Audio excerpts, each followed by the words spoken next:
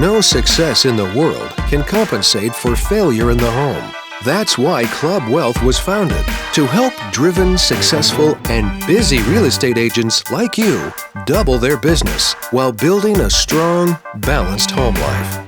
Join us each week as high-producing agents and team leaders share their stories and unpack the principles and systems they've used to double, triple, and even quadruple their business while enjoying greater quality of life.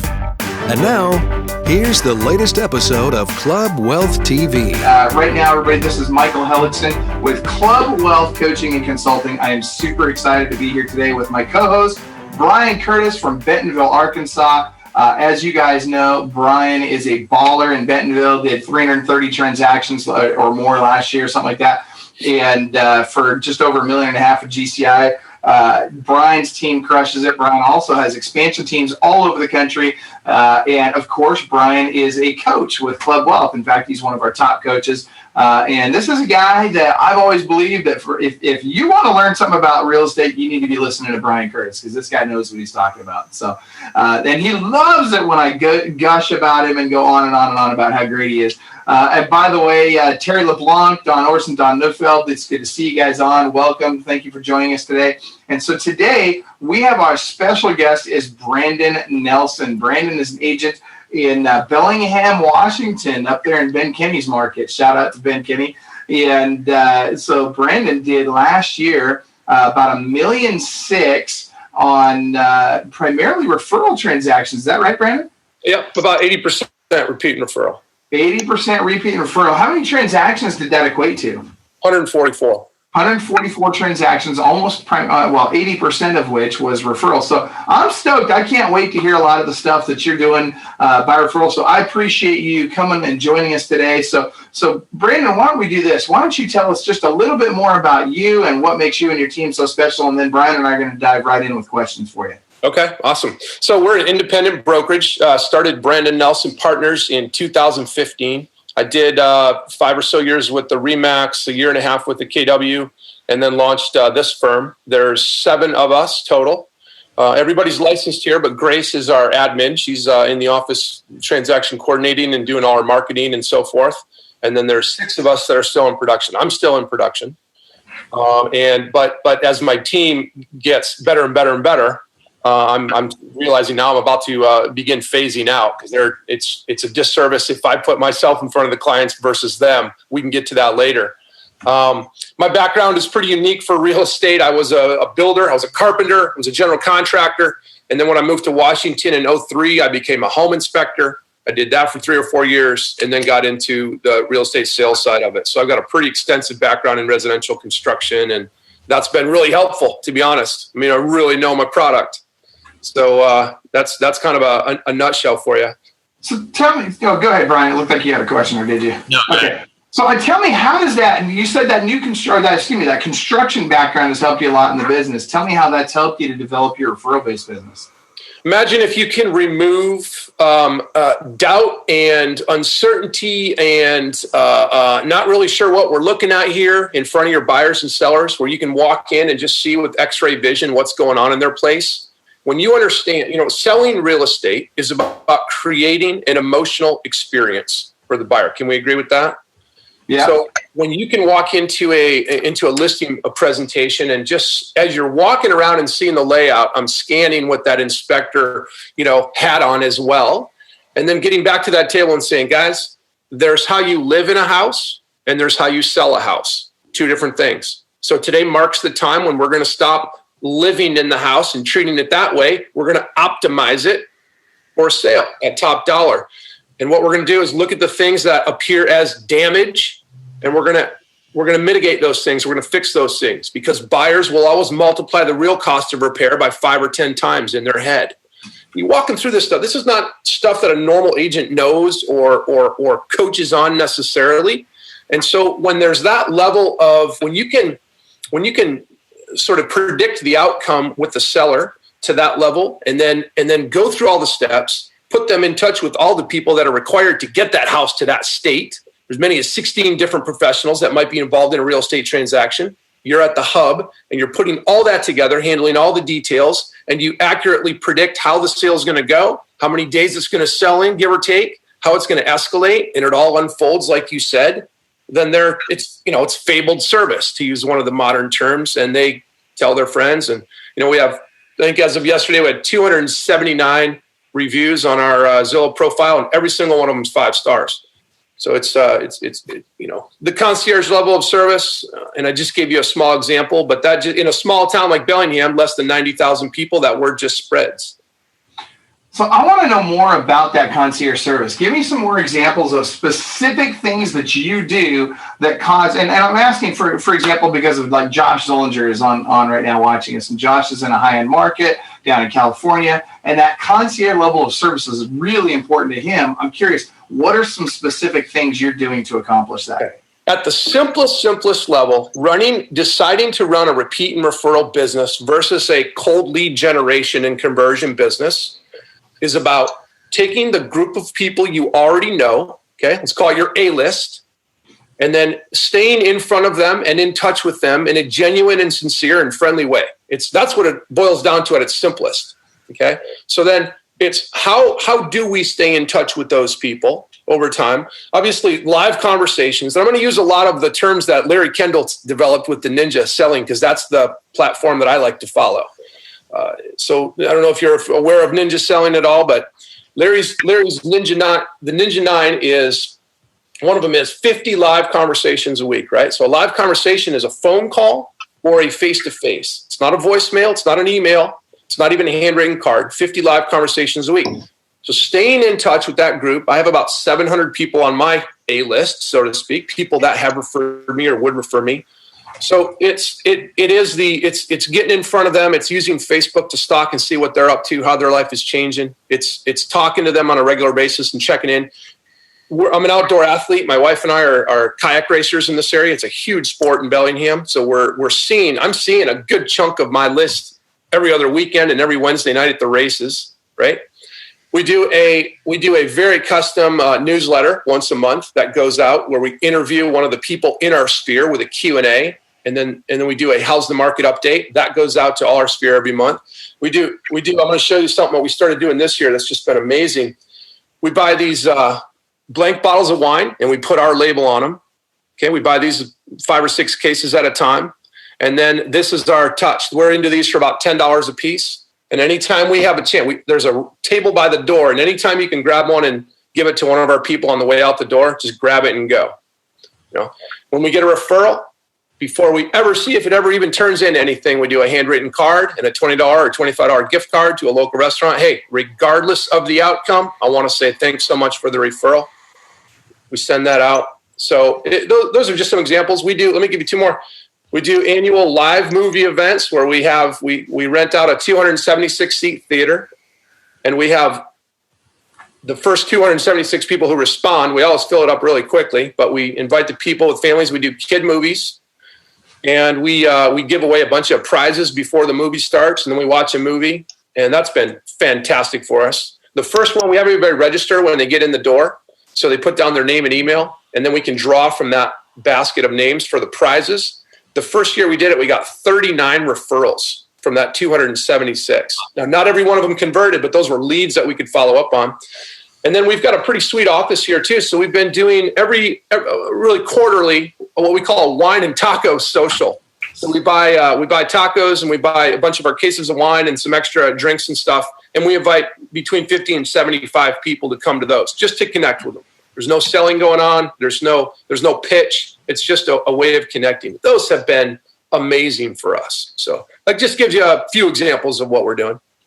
All right. First of all, before I forget, shout out to Mr. Mike Novak. I don't know if you know Mike, Brandon. He's up in your neck of the woods. Mike is a freaking stud. 2nd year in the business. Mike will literally net over $1 million this year. So super stoked. Congratulations, Mike. We'll love having you on. Thanks for watching today.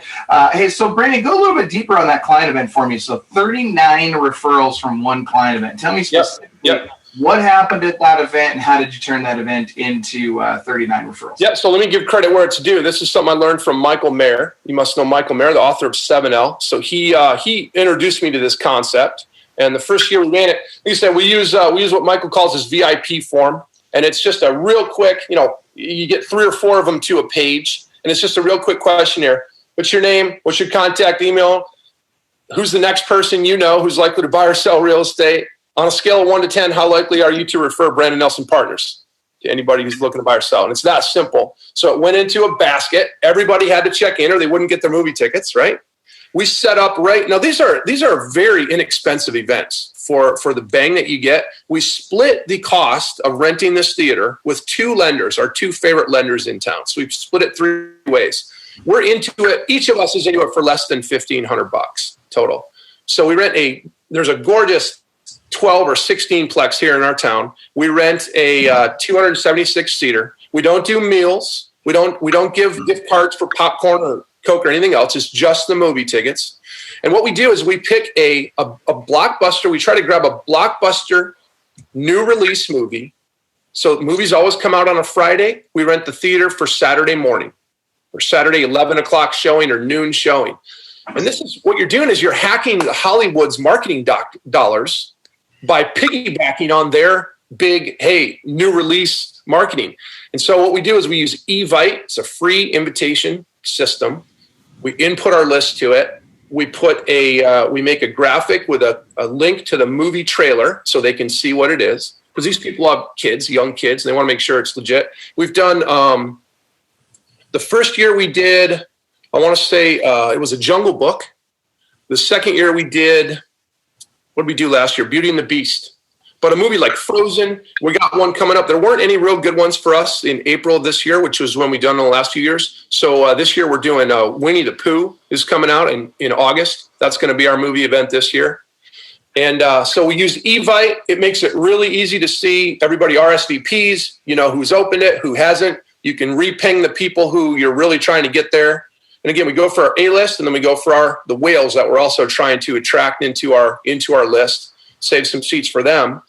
And then you want to overbook by, I'm going to say about 5%, because some people, even though they promise they're going to be there, some people don't quite show up. And if you have any extra bodies, you just buy them some tickets, send them into another theater. It all works out.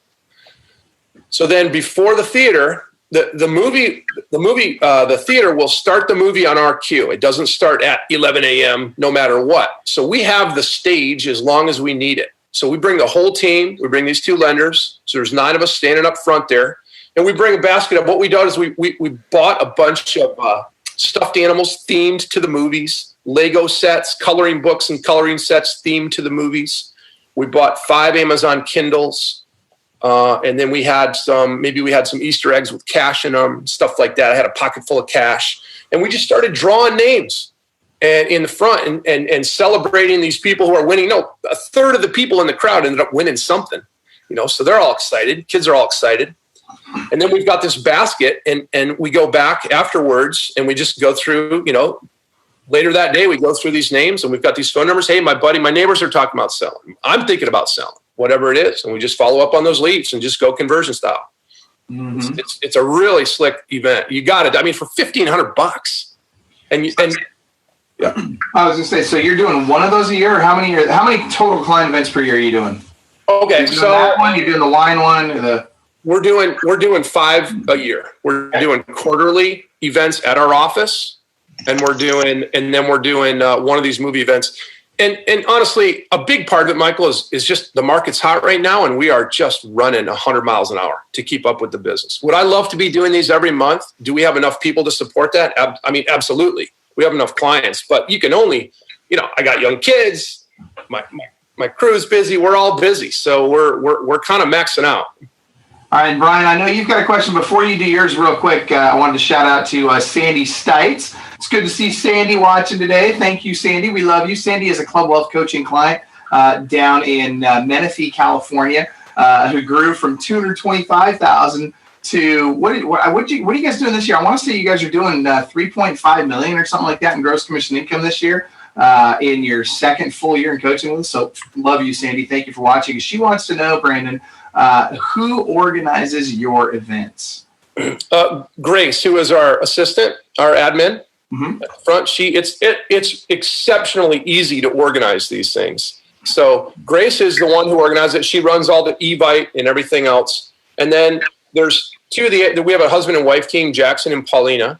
And Paulina's very into these as well. She loves events and putting them on and stuff. So she gets involved in, ordering the gifts and deciding the decor and arranging for the wine and the food. Grace and Paulina run out to Costco and buy a bunch of stuff before our in-office events. But it's not difficult to do. It's actually quite easy to do. The biggest thing is starting your invitation up front enough, 6 weeks or so, and then weekly reminders until you get those RSVPs filled up, and then just staying in touch with the people. Love it. All right, Brian, go ahead. You had a question. I've got lots of questions. So you got a lot of good stuff going on. So I want to make sure I've got all the information. You have 7 agents on your team plus yourself. Is that what I heard? It's 6 plus me. 6 plus you. Okay. I completely understand that events, we're planning one that we're doing July 20th. So I get how overwhelming they can be. And are you having your agents individually reach out to every person on that list? Because you mentioned Evite. So, are they doing those phone calls for each one, or what's your system for simply sending out an Evite? If that works, maybe that's enough. I'm just wondering, what else are you doing? Yeah, first thing we do is we go to each agent. We say, look, there's 6 of us here. There's 7 of us here. So we allot a certain number of heads that each one can invite. Then it's up to them to call their list. We use Evite for the movie event. We don't use Evite for the wine socials. The wine socials is just direct reaching out to people, inviting them, whether that's by phone or text, however they communicate with their people. That's a very easy one to fill up because we're only talking 50, 60 people, right? And so, and it's everybody strategically choosing, hey, who do I need to get in front of right now? Let's have them over to this. With the movie event, though, we absolutely use Evite. And then, of course, we augment that with if there's certain families or certain people that we really want to come or whatever it is, we'll use that as a reason to get on the phone with them. It's very easy to fill these events up. Awesome. Love it.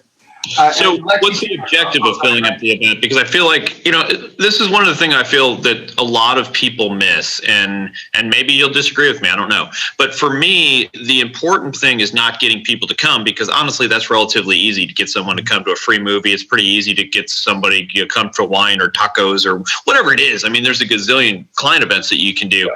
But I feel like, for us personally, one of the things that we've missed is that's great, but really what we're trying to do is create a reason to have a conversation with people. So for me, when we do client events, you go out and spend $2,000, $3,000, $4,000, $10,000, whatever it is. It's about the ability to call someone and not have that same ridiculous conversation. You said you were a KW agent, so you probably know, hey, this is Brian. We're having a contest. I want to see how many referrals I can get. I hate stuff like that. It's like the worst script in the world to me. It feels completely selfish. It feels it's all about me. But, hey, I want to give you some free stuff and have a great time. It feels like a much better conversation. And I guess I feel like a lot of people worry about the number of people that show up versus the number of contacts they have. So are you guys really focused on those conversations, or are you focused on getting people to show up, I guess? I would say that we have generally a longer term, more spread out outlook on these. It's a awesome. Great question to ask, but we're even further away from the KW model in that we are not looking to have a targeted conversation. And I'm not saying that wouldn't convert to business immediately. What we're looking to do in this town is establish a presence as the celebrity rock star people in this town who give back to the community, who provide events because we're doing really well in the business, and we appreciate that our clients are the reason for that. It is ridiculous how often I run into people who say, oh my God, your movie event, my kids still talk about it. And let me touch on that for a second. One thing we do, the easiest analogy to make is with our greeting cards. So everybody has access to a full drawer of different greeting cards that we get from local photographers, stamps, everything else. Everybody's sending out handwritten cards every day. We have a rule. If there's a kid in the house, send it to the kid. Address it to the kid. My kids are 7 and 10. They get a piece of mail. It's an event. It's a big freaking deal compared to me and mom getting a piece of mail, right? So same thing with these movies. Those kids going to a movie, having some guy at the front of the room throwing out cash and giving away stuffed animals, and they're never going to forget that. And they tell their mom and dad, hey, when's that Brandon Nelson Partners movie event going to come around again?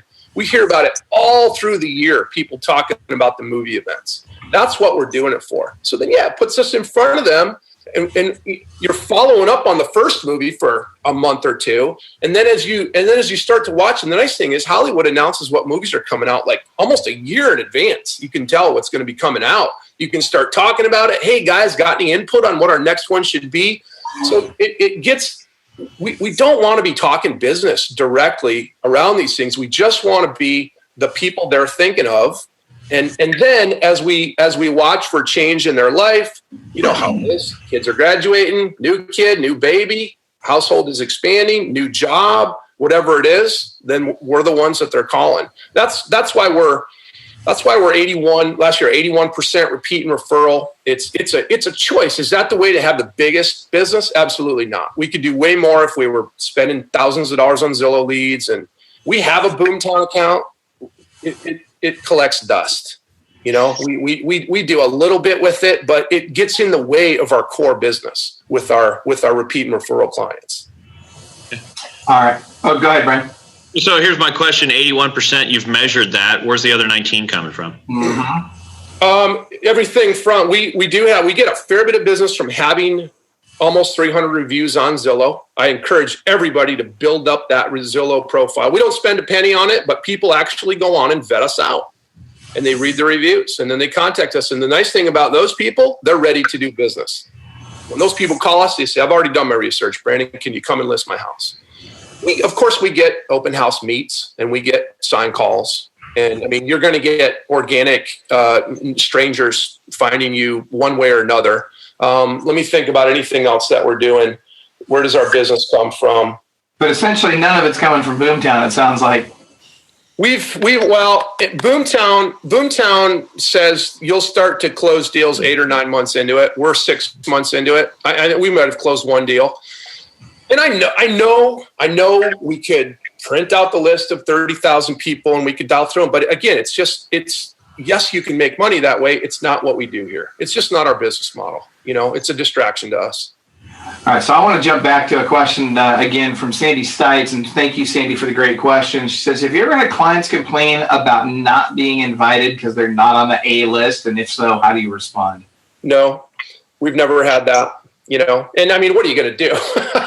I would say if I had a client so audacious as to say, hey, thanks for nothing, Nelson. You didn't invite me to the movie event. Guess what would be in their mailbox in a FedEx envelope 24 hours later? I mean, that's a simple. You know, some tickets in a $50 dinner card. You know, that's a simple one. But no, I mean, people are reasonable. You know, you got so many seats, and no, we've never had that happen. I don't even know if the other people know that they didn't get invited. How would they know? So, and that's, I guess, another question is, what are you doing in terms of maximizing the exposure from these events? Are you promoting them on social media? Are you sharing pictures and/or video of the event itself on social media? You know, what are you doing to really take that to the next level? Yeah, to Lisa's point, I guess, touche. We really don't because we don't want it to feel like an open invitation. And I do see a lot of realtors doing social media stuff about closed events. And it's always been a little counterintuitive to me to do that. This event is about the 276 people that come through the door and the gifts that they take away with them. And you could leverage something like this on the social media to the hilt. It's not something we've done. Now I'll tell you. Can I tell you about a different program we're doing this year that we are heavily leveraging? Sure. Please. We're doing what's called, and I forget who I learned this from. It was from another agent at another podcast, but I thought it was just brilliant and I loved it. We're doing what's called the 100 Houses campaign, where when we have hit 100 houses for the year, 100 sides, we're going to make a $10,000 donation to a local organization, nonprofit. So we're putting, the agents kick in $50 per closing, the firm kicks in $50 per closing, and when we hit 100, we got 10,000 set aside. So we're at 63 for the year or so. We predicted it would be in about September. That's where it was last year, and we're the same team size this year. So as we're getting closer, now we've had people begin to pick up on that, and now we're doing press release, social media. Hey, tag our Facebook page, tag the name of our firm in a Facebook post, and who do you want to nominate to receive that award? We had a local blog that gets a ton of traffic, did a story on it. And so we got calls off that. So that's a heavily leveraged thing because it's open to the whole community. Mm-hmm. Okay. What are you doing in terms of agents? Let's talk about agent outreach now. Are you doing anything to kind of deepen those relationships with agents in the market and doing outreach to them as well? As far as recruiting goes? Not even recruiting, just building relationships. I just want to be clear. You're asking if I am doing anything to build relationships with other agents in this market. Absolutely. Not necessarily. Okay. Why not? We have a bottleneck right now. So we get, I'm gonna be realistic here. I'm gonna say we get an agent or a couple of agents every 2 weeks who comes to us and wants to join the team. I mean, it's an incredible honor to have that. I did not think big enough when I bought our current office. And so we could grow by 3 more heads here, but then we're going to be pretty maxed out. So my challenge right now is to find the next space that lets me go to, 50, whatever it is. And there again, I know it's whatever number I hit, it's not going to be big enough, So I'm in that logistical puzzle right now of where can I go that I can keep growing? Because I'm absolutely feeling like I'm in a straitjacket because I can't hire right now. Mm-hmm. So I'd love to talk about that for a second, Brandon. And I'm not in any way trying to challenge your belief system, but my question would be, why do you need space for an agent? Okay, great question. And let me defer to you guys and your what you're doing with your coaching and also the volume of business you're doing and everything else. I'm not even remotely in that same place or same level as you guys. But to your question, we have a team model here. We have a split. We have a certain ethos that what's provided to the firm for that split, and to take on someone who has a remote office or something like that would force me in my head to alter that split. And then if I have a second model, then why wouldn't my current agents go, well, they got a better deal and I don't really need an office, so I'm just going to go there. I mean, so those are my limiting beliefs. Fair enough. And not that there's no right or wrong. I was a KW agent for a long time. And when I had a KW office, we had enough space for our staff to sit. And that's where it was. Everybody else was basically remote, except for 1 day a week, we'd have a meeting. I do have my own brokerage now. It's kind of like you. I said, you know what, makes a lot of sense to go out and be on my own, gives me that leverage and a lot of good things that come with it. We have space. I was just curious because, a lot of people, I thought maybe you were going to say, well, because we have team and we need the space for them and we lead generate to get whatever. So maybe if you don't mind, because here's the thing, your team is different than mine, but I think actually if you look at it, we did about the same amount of volume last year. So that doesn't and even if we didn't, one team's not better than the other, there's different. And if you're an agent out there who's listening to this, look, my way is my way. Brandon's way is his way. My way's not better than his, and his isn't better than mine. It's what works for each of us. So, if I am an agent on your team, if you don't mind, tell me a little bit about what my day looks like. Yep. So everybody here lists and sells. Okay. So we decided I started off when I was small. I was a listing agent. My buyer's agent was a buyer's agent exclusively. And the next 3 hires that I made, we kept that same model. I didn't like that. I didn't like where that was going. I didn't like that they just put on the blinders of how do you list houses. And I felt like also working with buyers really helps you get calibrated when you go to talk to sellers because you know more about what buyers are going to be looking for. So I decided to remove the specialty model and go with realtors, agents. Anybody can list and sell. Okay. So when these guys, everybody in here, I love this. Mark Zuckerberg has this philosophy of nobody in his immediate C-class team he would switch places. If all of a sudden the roles were reversed and they were in charge and he was in their seat, he'd say, I'll take it, right? These are awesome people. I'll take it. I feel that way about my team as well. They are just exceptional people. We don't have accountability issues. We don't have work ethic issues. We don't have client complaints. So everybody's just killing it, which I want to ride this as long as I can. Let's be honest. So these guys are in. I usually get here just before 9. I'm usually the 3rd or 4th one in the building. So they're here early. 2 handwritten cards a day. They've already done there. We have some habits that they do. They write down on the full sheet of paper. I enjoy making $1,047,000 a year. I enjoy making $1,047,000 a year, whatever their goal is for the year. They're 2 handwritten cards. And then they're jumping into their follow-up boss and they're getting busy, customer service calls, and then it's on to appointments in this market right now. And if there are any new agents listening out there, I got in the market in 2007, 8 as it was crashing, when it became really difficult to sell. I did 2 houses my first year, 7 my second year, and then I did 20, 25 for my next few years. This market is so ridiculously abundant with sales and everything else. Winter's coming on some level. And I even to my agents, I'm like, guys, don't think that this is how it's going to be. Don't think that every listing is going to sell in 3-4 days, like this forever. This is not usual, right? But nonetheless, for right now, we're just freaking running. This is I'll show you my. See these clipboards up here? That's our pending sales. We just keep. That's my high-tech system.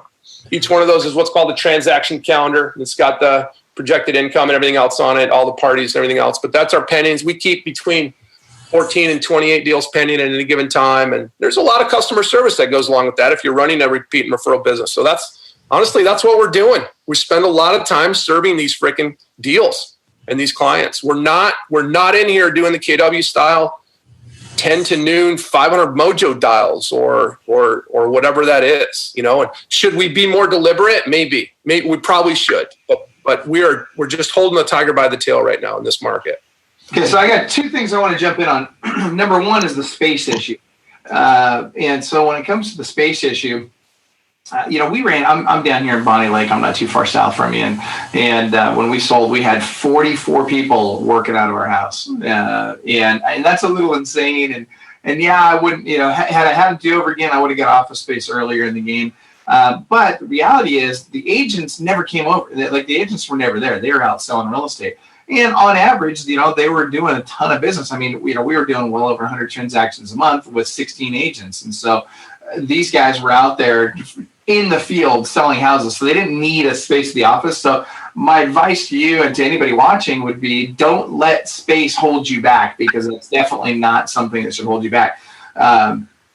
And I totally forgot what my second thing was. It was the office space. And how did I do that? Like it just. Michael, can I ask you a couple questions on that? Tell me about your your revenue, your split model with those agents at the time, just so I have an idea. And that's another thing. It doesn't have to impact your splits. If the value proposition that you have is the space you provide, that's not a value proposition. Not a good one. Yeah. They're going to get space everywhere, right? It doesn't matter what company they're with. They're going to get space pretty much anywhere. Yep. And agents don't need or want space generally. Is it nice to have a space where you can gather and you can get together on a regular basis, whether it's for call nights or for team meetings or whatever? Absolutely. But space is not a prerequisite for success. Because you can go to your mortgage company's office or anywhere else to get access to a conference room. That being said, splits for us, we were, we had different splits. And Sandy's right. She's like, Michael always says, don't let anything hold you back. You're right, Sandy. It's absolutely true. Anyway, that being said, when it comes to splits, I had a graduated split. And so it depended on who was doing what. Our listing agents made a lower split than the other agents did. But they also were listing between, on the low end, 10 houses a month. Usually they were listing more like 15 houses a month. And we had a couple that were doing as many as 18 to 21 houses a month. So they were all making really good income, but the splits were a little bit lower. So our listing agent splits, if I remember right, I think we were at 30 or 35%. Excuse me. Right now, what we're seeing a lot of teams do is they're between 25 and 35%. Seems to be pretty common for a listing agent split. The buyer agent splits, and by the way, we do believe very much in a segmented model where you're either really awesome as a listing agent or you're really awesome as a buyer's agent. But generally speaking, you're probably not both. Now, it's different if I'm dealing primarily with referred clients. Well, that's different, right? Heck, a referred client, anybody can go list that, or anybody can go sell them a house. Those are the easiest lay down leads there are. But if I got to go out on a cold listing appointment and I'm not a rock star listing agent, I got a problem, right? That's going to be a challenge for me. And so That said, our buyer agent splits, I believe our graduation started at 40%. They got on the transactions 1 and 2 a month. They got 40% on transactions 3 and 4. They got 45 transactions 5 and up. They got 50. And our buyers agents would, they would they would sell. I would say our typical buyer's agent was right around 5 units a month. So they were making good money. But the other question, I just remembered what my other question for you was. So 5 years ago, 61% of the average agent's business came from repeat and referral and sphere of influence clients. That number today has dropped to below 44%. And a lot of that has to do with more consumers, 92 or 98? I can't remember the exact number. I want to say it's 98% of, I'll have to look it up to be sure, but I think it's 98% of all buyers start their search online.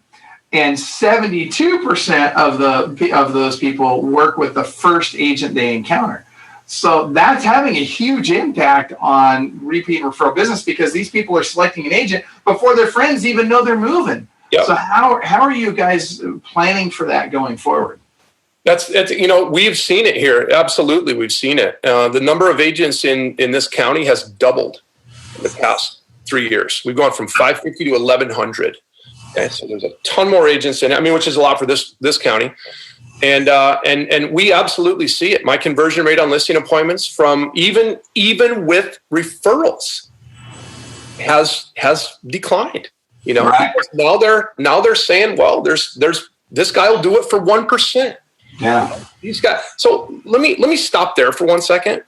Can I ask each of you guys, what are you carrying to your bottom line from your GCI with your current businesses? I don't think I understand the question. He's wondering what your profit margin after your 1 gross revenue. Yeah. Mine runs anywhere from about 29 to about 33. Is that, and can I ask, is that pre-tax? That's pre-paying Uncle Sam? Okay. So we're in the same. Mine after tax is 22%. So I'm in that same exact, 29, 30, 32 or so with our business. Here's the goal, where you want to be on the very, very low end, like a team that's highly inefficient and or in a lower price market. And that's the thing that Brian fights, right? Because Brian's average price points are very low. And so he's got to do a lot more transactions, and every transaction has incremental costs. And so that's why he's going to be a little bit lower in the spectrum. But if I'm in a higher price point market, my goal should be between 32 and 38% profitability. Okay, pre-tax. Pre-tax. Yep. Okay, I can see that. Yep. And there's a couple things that we're doing this year that aren't bringing us business that are costing a fortune. So once we wipe those, we'll we'll be in those numbers. But it's hard to get. Here's the thing: it doesn't happen all at once, and it's especially if you're in that growth mode. And it sounds like you are. It sounds like you're in that early growth stage where you're building your business up. And as you're in that growth mode, your profitability is going to be smaller, right? As totally. You're bringing on agents and you're filling that pipeline, you're building a bigger and bigger and bigger pipeline. Well, guess what? That costs money, right? For sure. So it might be down in that 18 to 25% range on net profitability, pre-tax. But that said, that same business, as that business matures, will by nature, even if you don't go in and cut a bunch of expenses, by nature, it will start to increase in profitability, particularly as you start doing more business by referral. Yeah. So back to your question, what are we doing? It's a question I ask myself probably 20 times every day. How are we going to handle the disruption that is obviously happening in this business? I also wonder, is it specific to this current market, this very hot sellers market? Is it going to taper when those 1,100 agents go back down to 600 as the market softens? Is it going to change back? But the best answer I've been able to come up with, and what we're striving to do, is be that much more in front of our people who we know will send us business, or who are most likely to send us business. So they don't forget about us, and they don't ever have to ask, well, Brandon, I haven't heard from you in 3-6 months. So I just assumed I would use Redfin instead.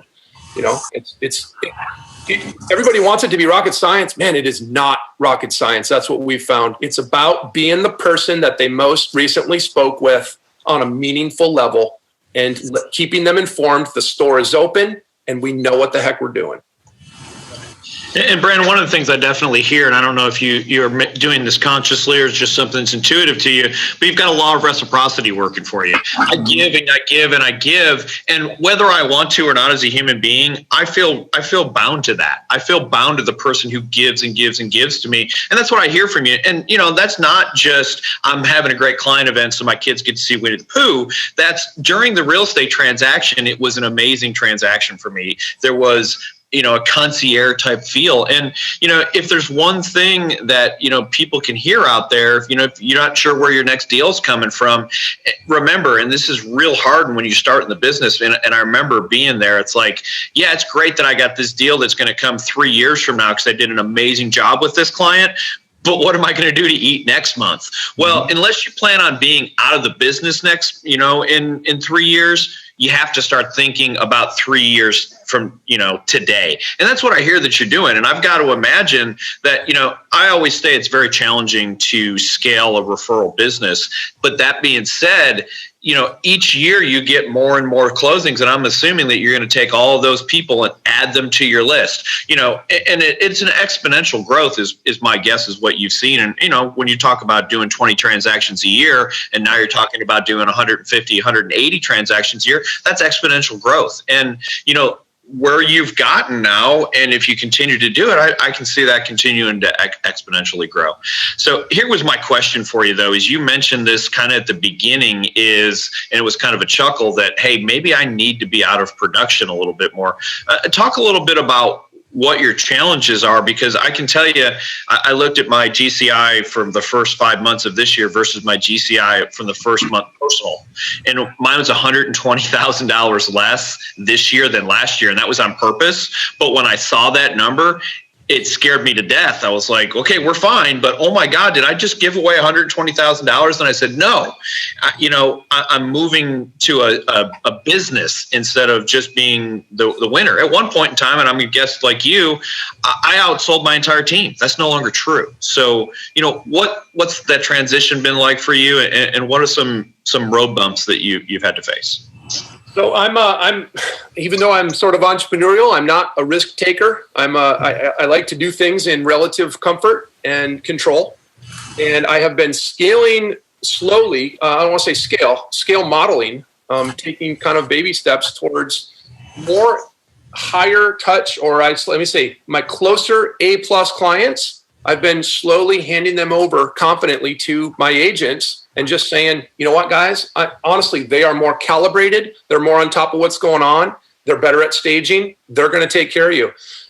In the 3 years or 5 years or whatever it's been that I've been operating as a team, I could count on one hand the number of clients who've said, no, we want you, only you. You're the only one who can do it. Literally, I could count on one hand.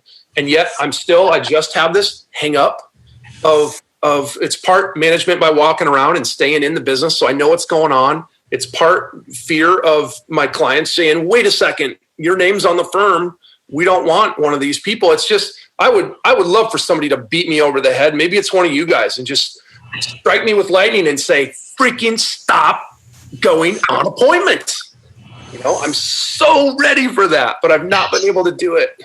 So here's an interesting thing. I actually had a coaching client, and they said to me, I don't want to go on appointments anymore. And I said, okay, so let's take a look at it, and maybe this will help you one way or another. I said, how many hours do you spend on that appointment? They said, okay, I'll spend an hour, maybe an hour and a half. And then, after that, how many hours do you have in it?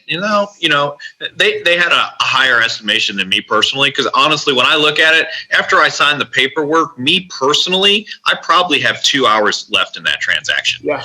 And that's realistic because, I have staff. I have people I don't take the pictures. I don't stage the house. I don't do any of that stuff. So here was the thing for me. It's like, until my dollar per hour could justify it, I couldn't get out. And that's where it becomes challenging, because, you can go make $3,000 an hour. It really challenges that. So, for me, I had to accept that I had to make a choice, that it was also not just $1 per hour, but it was deciding that it was going to be okay. Because the other thing is my agent's going to get that, right? If you give that referral to your agent, they're still going to get it. You give that past client to your agent, they're still going to get it. So initially I was like, I'm losing $3,000 an hour. No, realistically, I'm losing, $2,000, maybe $1,000 an hour. But what else can I go do? And for me, the answer was I can go recruit more people. I can train more people. I can get my agents just producing here to here. And I can do that leverage. We have team meetings, we have team trainings, we have call nights, all those things that we can leverage. And I actually had to sit down and explain that to myself. And I know it sounds kind of crazy, but, take a look at what's the most effective use of your time and make that decision. So anyone listening out there, those are the kind of numbers that you need to look at, not just go, I don't feel like doing this anymore. And I feel like that's a big push in our industry. I don't feel like doing this anymore. And then the big thing, and tell me if you've experienced this some, is I wasn't 100% sure to what to do with all my free time, which really wasn't that free, but I had to be more organized. It's easy to say, I got an appointment at 2, 3, and 5. Therefore, that's what my day looks like. Now I've got a block of time from 2 to 5 that I have to do tasks in, that I have to be effective with, I have to be efficient with. And that's hard because I'm not used to doing that as much as I used. It's easy to go on an appointment, bang, bang, bang, bang, bang. So, how have you dealt with that as you've reduced some of your stuff? Oh man, I am chomping at the bit. I have so many growth projects in front of me, entrepreneurial projects that relate to the business. I'm not looking in any way to get out of real estate. I just want to shift dealing with buyers and sellers to dealing with agents, like you guys have done. Those are my customers now, my clients. And I'm a workaholic. I'm an early riser, and I'm a morning routine guy and a fitness guy. And then it's all about getting in here and trying to put the distraction of working with buyers and sellers aside enough to do the repetitive marketing things. I mean, I've got a video studio set up. I've not found time I've not made the time yet to be really consistent with video production. And I mean, I get YouTube subscribers constantly from a small series of videos I did. I get new subscribers every other day. I've got a video with 50,000 views on it. And so, man, I want to get back to that. But the 1-minute video takes 2 hours to put together, and loving to get back to that stuff. But man, I am. If one of you guys has the sentence or the insight that would just allow me to stop going on appointments, that's what I'm. Well, here's the key. I'll tell you what you do. Yeah. Go grab a copy of Robert Kiyosaki's Cash Flow Quadrant and really understand what he's. That's one of the greatest books of all time, I think, written in terms of. How do I progress in my career, regardless of whether it's real estate or whatever? He talks about starting off as an employee, and then eventually you're self-employed, and then eventually you become a business owner, and then you become an investor. And particularly right now, for most real estate agents, they are self-employed. Right? The vast majority of real estate agents out there are self-employed. They think they run a business, but they really don't, right? Because the difference between self-employed and being a business owner is, if I went on vacation for 2 months, what's my business look like when I came back if I didn't touch the business while I was gone? The reality is, for most agents, they wouldn't have any business when they got back. And by the way, this goes for whether you're the team leader or a member of a team. There's leverage that you can have by being a member of a team that you can't get as a solo agent. So we say solo, sometimes it means solo agent.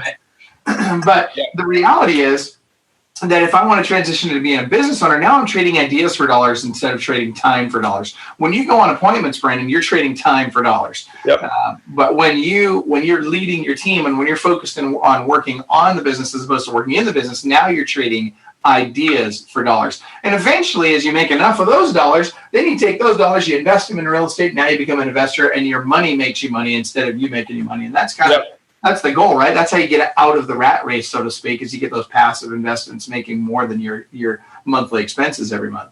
So let me just share a quick win. Today, actually, right after this, my wife and I are going into a close on 2 duplexes that we're buying today.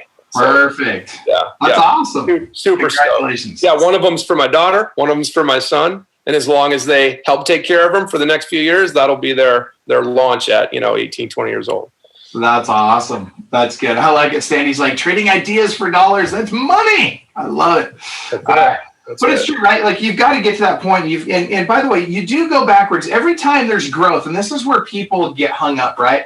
When I have the most growth in my life, doesn't matter what I'm doing, it always comes at a cost, right? So usually you take a step backwards before you take those 10 steps forwards. But so many people have extended their lifestyles well into and even beyond their means that they can't afford to take that step backwards to take 10 steps forwards.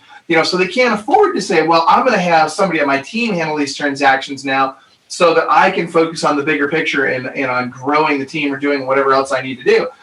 And the reason I think a lot of it happens is because, again, they're living paycheck to paycheck. So my advice to everybody would be, if you're watching this right now, get small in your personal life, right? Start shrinking those personal expenses as much as you can. Go become like Coach K Snockenauer, right? Who this guy literally lives. He makes a ton of money selling real estate. He makes a ton of money investing in real estate, and he and his family live on his wife's income as a teacher. So they have stayed small as they've grown all this other stuff. That guy will be retired long before any of us know. But why is that? Because he's willing to sacrifice what most people think they want today for what he and his family want long term, which is they don't want to have to work, right? They want to get out of the rat race entirely. So Brian, you're not in production anymore. Is that correct? No, that's not correct. I mean, past clients call me and they say, hey, Brian, come list my house, and I'll do that. So like I say, first quarter last year, or first 5 months, and that's because I didn't look through June. First 5 months last year, I personally made $172,000. And then this first 5 months of this year, I made $50,000. So, and it's so funny. Progress, by the way. Yeah. And for the first time in my life, I stood in front of my team and I said, guys, this year my goal is to sell less real estate. And of course, they're like, what are you talking about? I said, personally. So, but the opportunity for me was to push that forward. And, you said, give me an idea that you can use to get out of production. Here's one. Next month, I'm going to live in another state for an entire month. It's really hard to sell real estate if you live in another state. And so, there's an example of something that you can literally do and say, okay, I'm going to take me and my family and I'm going to uproot us for a month and we're going to go live in another state. So I feel relatively confident that I won't personally list any houses. Who knows? I might. I mean, I can list over the phone. I've done that. But realistically, I'm setting aside, and it's about priorities for us, the ability to go and say, this is the most important thing right now. And for me, the most important thing is to develop training and develop the ability for our team to grow.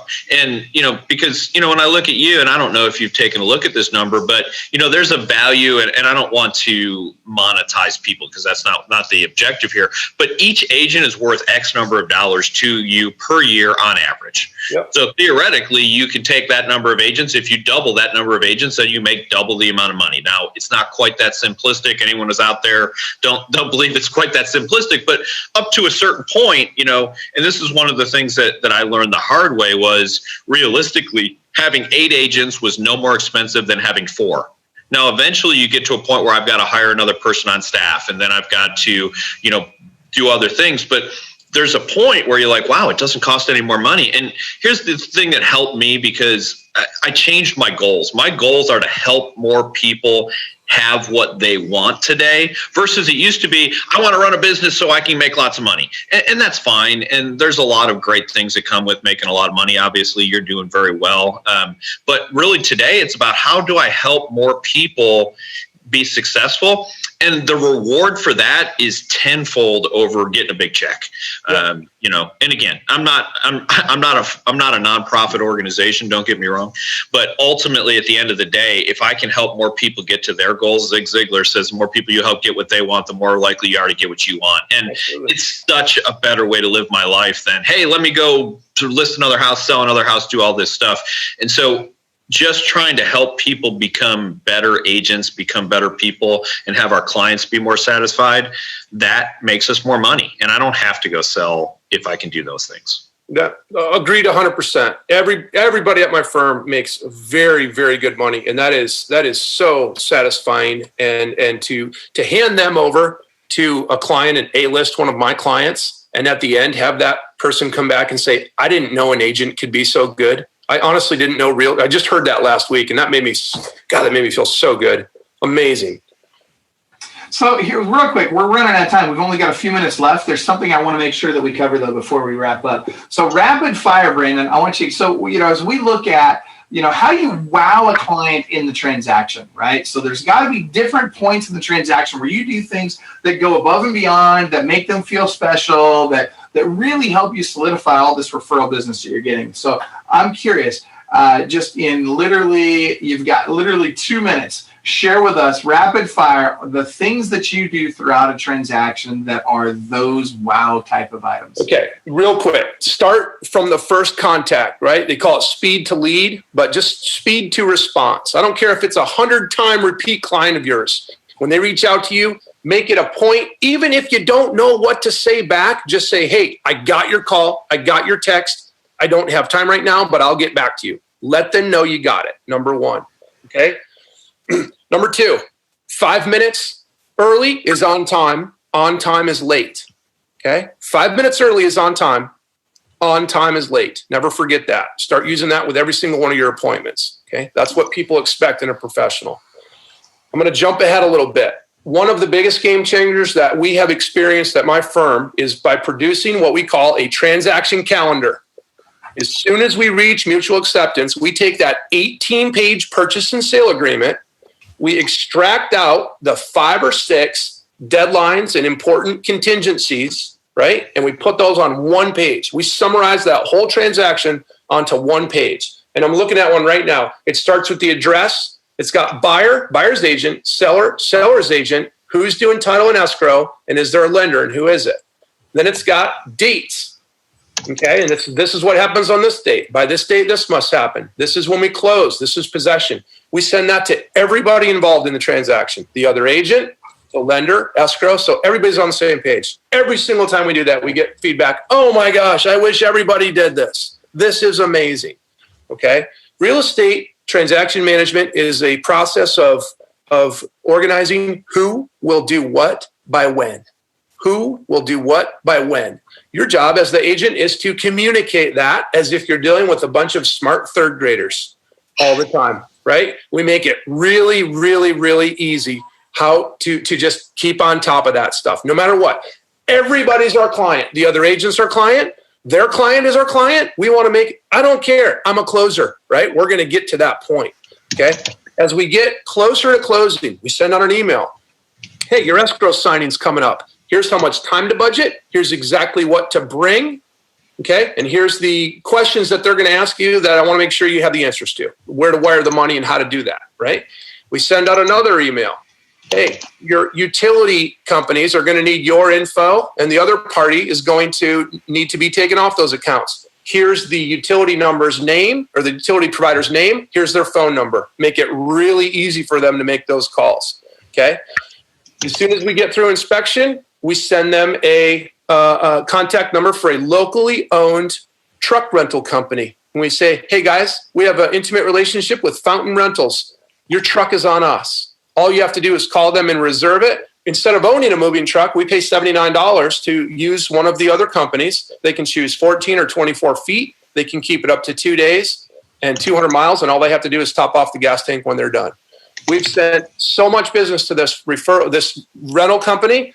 Guess who they refer when they're ready to buy or sell real estate? We've got tons of referrals back from them. So that's been a great thing for us. Okay. And then we always ask for a review. We tell people in the front end, in the first meeting, we say, "Guys, we have 2 goals. Our goal is that this entire transaction is a job interview for future business. When we close, we want you to be so thrilled with our service, you'd never think about calling anybody else. I'm going to tell you that right up front. Number 2, I want you to genuinely write us a 5-star review when we're done with this. And I'm going to ask you to do that. Okay. So we get to closing. We ask them for that review. And then we take that review, we print it, we put it in a greeting card, and we send it to the person who referred them to us. We say, "Just want to let you know how well we took care of your referral." Okay? So those are just a few of the things that we do. I love it. I typed a bunch of those in, and I hate to do this to you. We are literally out of time. We've got to get on another webinar right now with our coaches. But seriously, Brandon, really appreciate you taking the time. Brian did something very similar. Yeah, we both typed up a bunch of those. Love it. All right. So thank you very, very much, Brandon, for taking the time to share with us today and be with us today. We appreciate it. And Brian, as always, thank you very much. 10-second wrap up, Brian. I'm going to steal some of your stuff. I'm going to steal the summary of the transaction calendar. That is an amazing idea. We do something, but it's not nearly at the level you are. And, it's just proof you can learn. Anybody out there, if you think you know it all, you're wrong. You can learn stuff from everybody, and there's a couple other takeaways. But that transaction calendar, that's an awesome idea. Shoot me an email, and I'll send you our template. Awesome. Thank you for that. And Brian, if you could share that with me when you're done as well, that'd be awesome if you could grab that. And so Brandon, last parting thought before we wrap up. We got to go. I'm challenged by you guys. I mean, you've definitely made me think outside the box, and I'm going to set a goal for myself to, in the next, for the last 6 months of this year, I'm going to deliberately hand off more and more of my clients that aren't, A-list from last year or whatever, and just keep moving towards that. And I'm also going to think about remodeling my current space to be able to, I'm going to turn it into a classroom rather than several offices so I can have 50 people right here. Awesome. Love it. I love it. All right. Well, you guys, thank you so much for watching. Again, this is Michael Hellickson with Club Wealth Coaching and Consulting. Shout out to our sponsor, Wise Hire. We freaking love those guys. Go to clubwealth.com/wise, W-I-Z-E, hire for all your recruiting needs. And don't forget to sign up for our podcast at clubwealth.com/TV. Have a great day, everybody. And remember, inside you, there's a world-class beast just dying to get out. You got to unleash that beast. Have a great one.